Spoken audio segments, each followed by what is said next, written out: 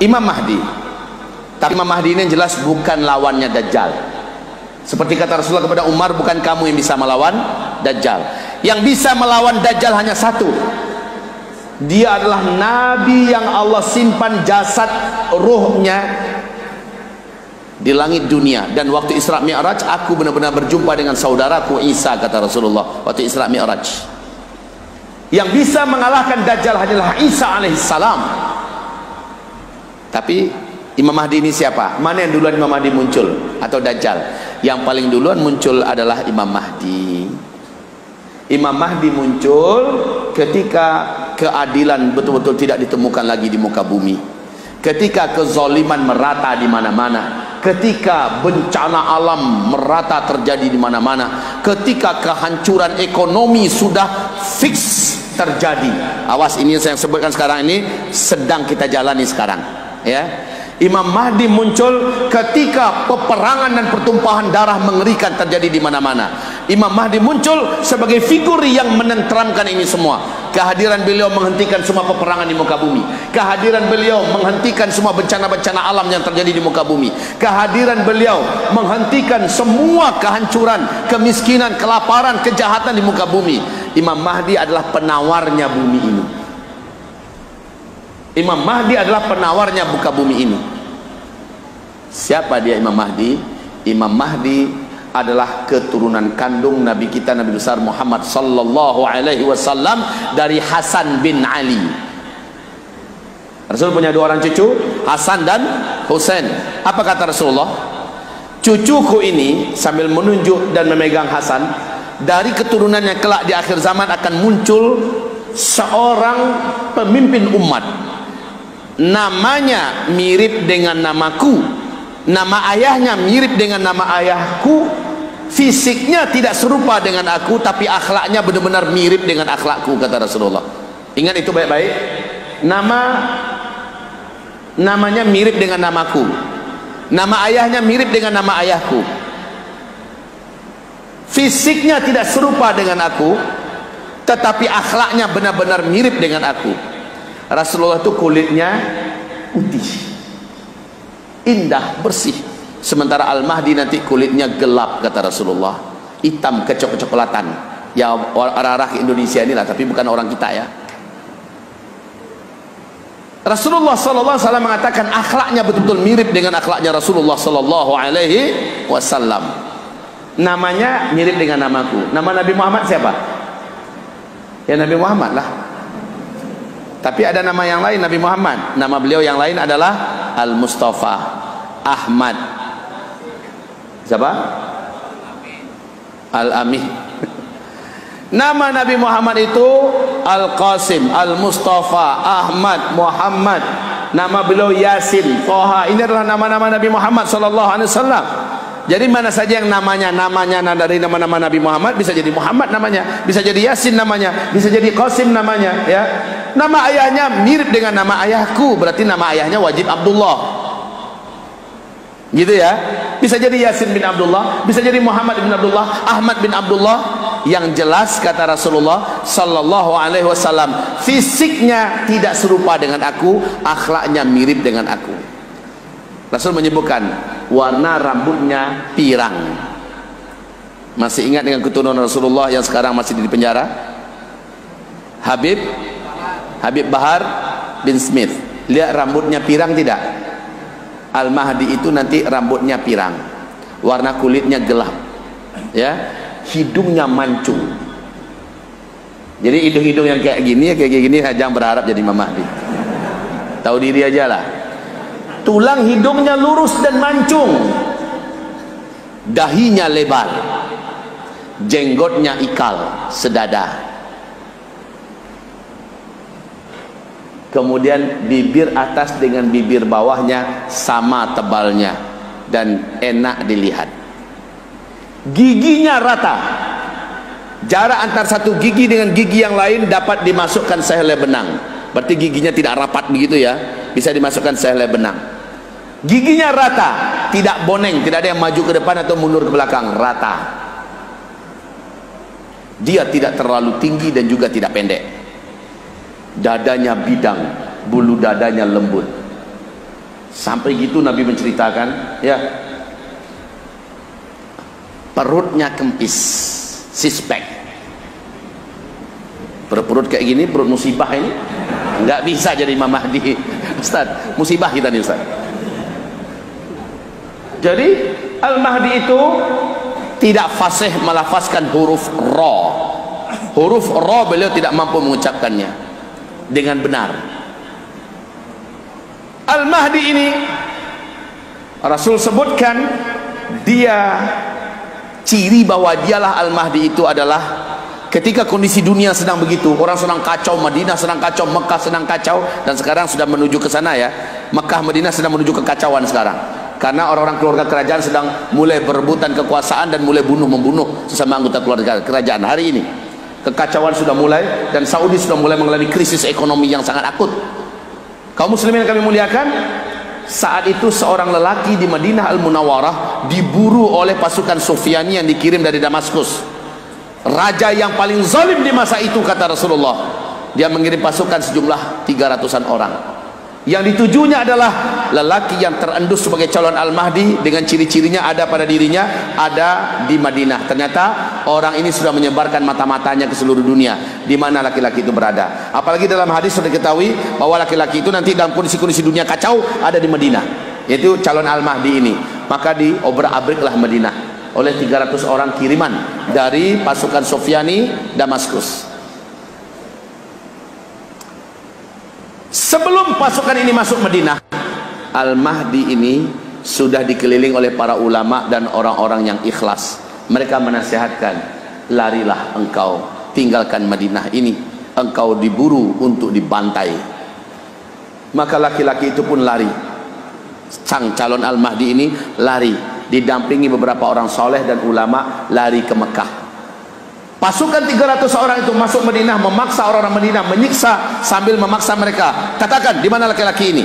Dikasih lihat gambarnya, fotonya. Di mana sekarang? Di mana? Kasih tahu, kasih tahu. Disiksanya orang. Terakhir ada yang terpaksa ngasih tahu, dia sudah lari ke Mekah. Mereka pun memburu ke Mekah. Nabi mengatakan pasukan itu adalah pasukan infanteri, berarti pasukan darat. Saat itu sudah tidak ada lagi helikopter, pesawat yang bisa dibawa, ya, terbang, dan mobil yang bisa dikebut. Mereka betul-betul mengejar. Kemudian sampailah mereka di Al-Baida. 300 pasukan ini di kota Al-Baida digempakan oleh Allah. Gempalah segempa-gempanya, terbelahlah kota Al-Baida, seluruh penduduk kota masuk ke dalam perut bumi. Bangunannya, toko-tokonya semuanya masuk dalam perut bumi. Dari 300 orang yang mengejar itu hanya 100 yang Allah biarkan selamat untuk mengabarkan kepada dunia mereka ditenggelamkan di Al-Baida. Al-Baida ini perbatasan antara Madinah dengan Makkah. Mendengar kota Al-Baida gempa dan tenggelam penduduknya, ulama-ulama yang sudah berkumpul di Mekah, yang sudah yakin ini saatnya Imam Mahdi muncul, ulama-ulama yang datang dari berbagai penjuru dunia tanpa ada janjian di antara mereka. Mereka nggak pernah buat janji, tapi mereka sudah terkondisikan ada di Mekah, dan memang mereka merindukan kedatangan Al-Mahdi untuk mereka baiat. Ulama-ulama ini yakin berarti laki-laki yang dikejar dan tenggelam kota Al-Baida itu sekarang sudah di Mekah. Mereka pun langsung menyebar, melihat, mencari, mengintai-intai siapa orang-orang yang masuk Mekah. Nah, saat itu Mekah nggak serami sekarang. Sekarang aja udah mulai sepi kan. Sangat mudah mengetahui adabnya masuk Mekah itu kan harus tawaf dulu. Lalu dilihatlah orang-orang yang tawaf. Ada seorang laki-laki, posturnya, kulitnya, rambutnya semuanya mirip dengan digambarkan Nabi. Diperhatikan betul. Maka ditangkaplah ia oleh para ulama di depan Ka'bah. Mengakulah engkau bahwa engkau adalah yang kami tunggu-tunggu. Karena dia memang orang yang jujur.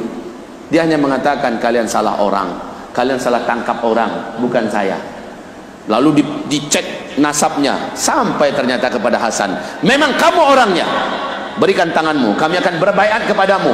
Engkaulah Al-Mahdi yang kami percayai. Rasulullah mengatakan hanya engkau yang mampu menghentikan segala huru-hara yang terjadi di muka bumi hari ini.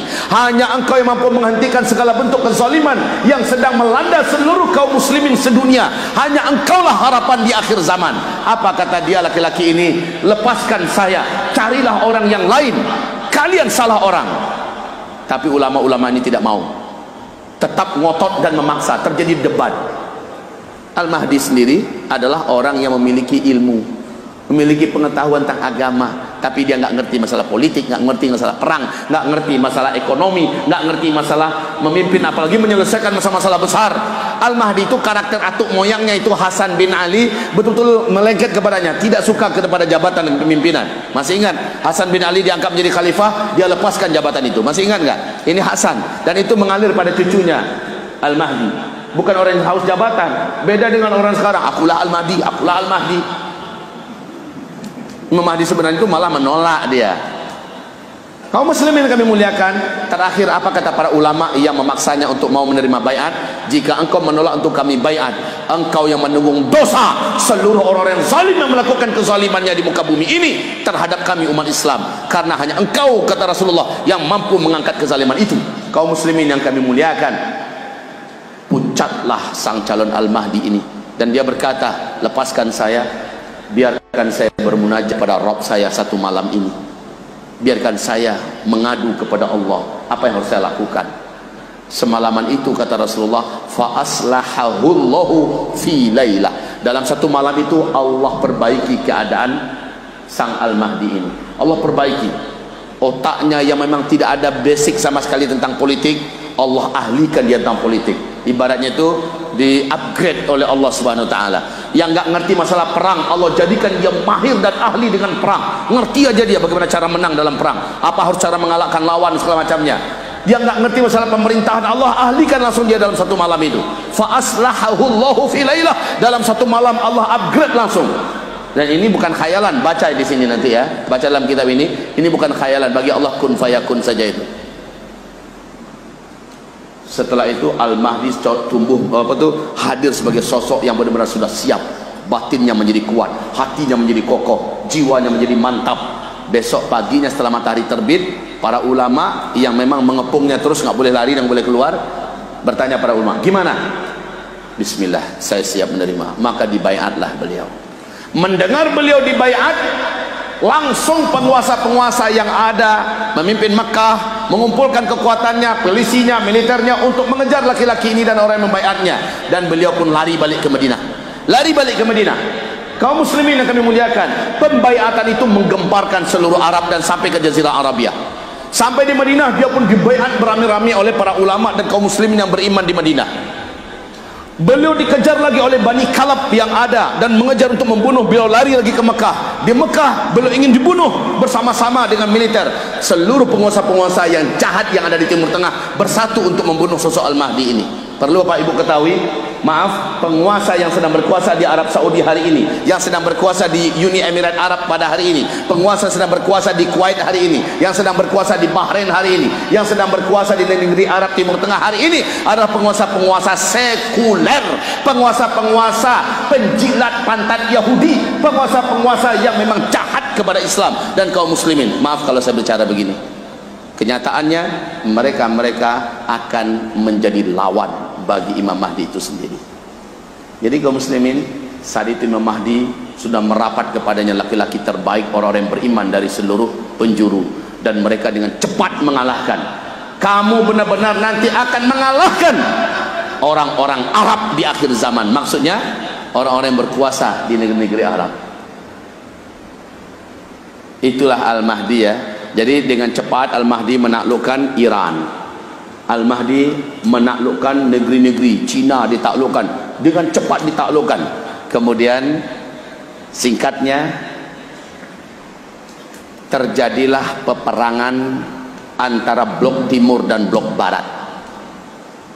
Lagi-lagi Al-Mahdi diminta oleh barat bersatu dan mengalahkan blok timur. Kamu akan mengalahkan blok timur itu.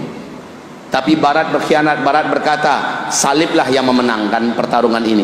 Maka terjadilah peperangan, itu disebut dengan Malhamah Al-Kubra atau Armageddon ya.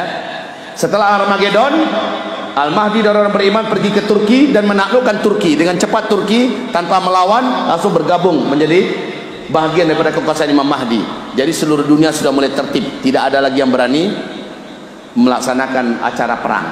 Semuanya sudah tertib di bawah kepemerintahan satu. Al-Mahdi pusat pemerintahannya dijadikannya bukan Mekah, bukan Madinah, tetapi Baitul Maqdis. Berarti agenda pertama adalah sebelum Al-Mahdi muncul, Baitul Maqdis terlebih dahulu dibebaskan. Ya, Baitul Maqdis terlebih dahulu dibebaskan dan diumumkan khilafah Islamiyah nanti di Baitul Maqdis Palestina. Paham? Paham? Oke, barulah Al-Mahdi menjadikan pusat pemerintahan Islam itu di Baitul Maqdis. Ketika Turki ditaklukkan, setan naik ke atas bukit dan berseru, "Hoi, Dajjal sudah keluar, selamatkan keluarga-keluarga kalian." Orang-orang beriman memang tahu ini memang saatnya Dajjal lepas.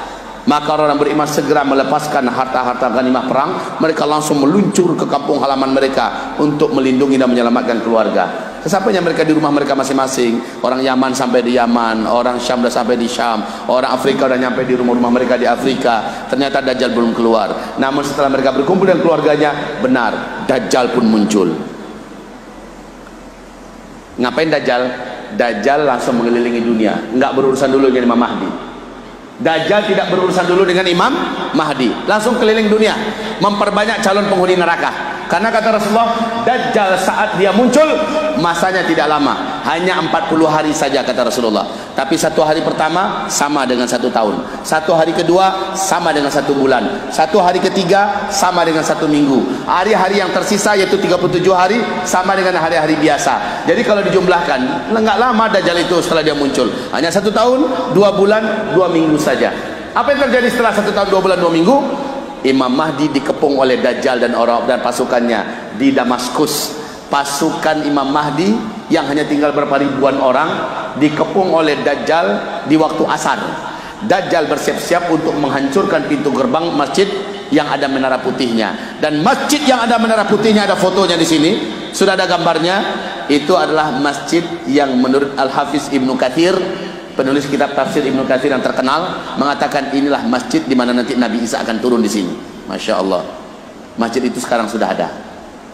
Kaum muslimin yang kami muliakan, Imam Mahdi dikepung, hari pun gelap. Apa kata Dajjal? Besok kita hancurkan gerbang ini, kita bantai Al-Mahdi dengan orang-orang yang bersamanya. Wah, di luar mereka berpesta pora, berjingkrak-jingkrak seperti setan, karena Al-Mahdi akan dihabisi besok. Semalaman itu Imam Mahdi dan orang beriman khusyuk berdoa, menangis dan sholat kepada Allah Subhanahu wa ta'ala. Lalu mereka pun akhirnya masuk waktu subuh. Imam Mahdi perintahkan muazin, "Qum adzin linnasi fi shalah." Maka mulailah sang muazin mengumandangkan azan sholat. Setelah itu mereka sholat sunat. Ketika qomat dikumandangkan, qomat untuk sholat dikumandangkan, seluruh mata terperanjat. Kenapa? Mereka melihat ke arah langit sangat cepat sekali. Nabi Isa diturunkan oleh Allah, kembali diapit oleh 2 orang malaikat. Langsung tepat di tengah-tengah mereka. Imam Mahdi sadar dan paham memang inilah saatnya Nabi Isa turun ke bumi. Imam Mahdi langsung mundur. Adab kepada seorang nabi adalah persilahkan dia menjadi imam. Apa kata Nabi Isa? Tidak, qomat tadi adalah untukmu, sekarang yang menjadi pemimpinnya adalah engkau, tetaplah engkau jadi imam, saya makmum di belakangmu. Maka Imam Mahdi pun memimpin imam sholat subuh. Hati orang-orang beriman berbunga-bunga, ya, karena mereka tahu kalau Nabi Isa turun, Dajjal akan tamat riwayatnya, kan begitu. Zikir pun berlanjut sampai terbit matahari. Selepas sholat sunat syuruk, Nabi Isa bergerak menuju ke pintu gerbang masjid. Sementara dari luar, Dajjal dengan sombongnya menuju pintu gerbang untuk menghancurkan pintu gerbang. Nggak tahu Dajjal kalau di dalam sudah ada Nabi Isa. Yang paling ditakuti oleh Dajjal ini adalah Nabi Isa. Ketika pintu gerbang terbuka, bertemulah 2 tokoh legendaris di akhir zaman ini. Apa kata Nabi Isa? Nabi Isa melihat Dajjal, langsung menjerit Dajjal sekuat-kuatnya jeritan. Sebab apa? Dajjal langsung meleleh, kata Rasulullah, seperti garam yang meleleh dimasukkan ke dalam air. Kalaulah Dajjal tetap bertahan berdiri di depan Isa, Dajjal akan menjadi cairan yang menggenang di lantai. Tapi Dajjal dengan sisa kekuatannya lari ke ufuk timur. Allah telah menjadikan Nabi Isa lebih kuat dari Dajjal. Nabi Isa sudah nunggu di situ. Lari dia ke ufuk barat. Nabi Isa juga sudah ada di ufuk barat. Mau kemana boy? Nabi Isa tahu tanggal berapa, jam berapa, di mana tempatnya Dajjal akan dicabut oleh malaikat maut nyawanya. Maka Nabi Isa langsung menunggu di sebuah kota, di gerbangnya ada namanya Bab Al-Lud. Ingat, Bab Al-Lud ini adalah sebuah kota tua yang dikuasai oleh Israel hari ini dari Palestina, dan orang Israel memberi nama daerah itu dengan sebutan Bab Al-Lud. Nabi menyebutkan dulu dengan sebutan Bab Al-Lud, dan baru beberapa dekade belakangan orang Yahudi memberi nama tempat itu dengan Bab Al-Lud. Rasulullah menyebutkan lebih 1400 tahun yang lalu orang Israel hari ini beri nama tempat itu dengan Bab Al-Lud. Disitulah Dajjal dibunuh. Allahu Akbar. Lihat benarnya nubuah Nabi Muhammad sallallahu alaihi wasallam. Kaum muslimin yang kami muliakan, muncullah Dajjal di Bab Al-Lud. Langsung tombak dan senjata yang dibawa Nabi Isa ditusukkan kepada Dajjal. Disitulah kematian Dajjal, laknatullah alaih, berlumuran dengan darah Dajjal tombak itu. Nabi Isa segera bergabung kembali dengan Imam Mahdi dan dikasih lihat bahwa Dajjal sudah binasa. Orang-orang Yahudi yang sangat mengandalkan Dajjal yang maha perkasa ternyata mati di tangan Nabi Isa. Mereka pun melemparkan senjatanya, mereka lari tunggang langgang. Tapi saat itu kata Rasulullah, orang beriman diperintahkan oleh Nabi Isa dan Imam Mahdi, bunuh, karena Allah yang perintahkan, Rasulullah yang perintahkan, bunuh semua orang Yahudi. Maka mereka pun lari tunggang langgang. Kemana saja mereka sembunyi, tempat di mana mereka sembunyi berbicara. Saat itu Allah izinkan berbicara. Batu berkata, pohon berkata, dinding berkata, tembok berkata, ya muslim, hadza yahudiyun warai ta'ala faqtulhu. Hai muslim, nih ada Yahudi sembunyi di belakang saya, tangkap dia, bantai. Itu kata batu, itu kata pohon, itu kata dinding, ya. Di mana saja mereka bersembunyi. Sebelumnya alam berbicara ini ada beberapa kejadian. Ketika Nabi Daud kecil bergabung dengan pasukan Talut, batu itu berkata kepada Daud, "Hai Daud, ambil saya, jadikan saya senjata untuk menghadapi Jalut." Batu berbicara. Di zaman Nabi Zakaria, pohon berbicara, "Wahai Zakaria, masuklah." Maka dia pun membelahkan dirinya. Nabi Zakaria pun masuk dan menutup kembali dirinya. Di zaman Nabi Muhammad SAW, dalam hadis Sahih Bukhari, Nabi Muhammad khatib di sebuah mimbar baru yang dihadiahkan. Sebelumnya beliau bersandar kepada batang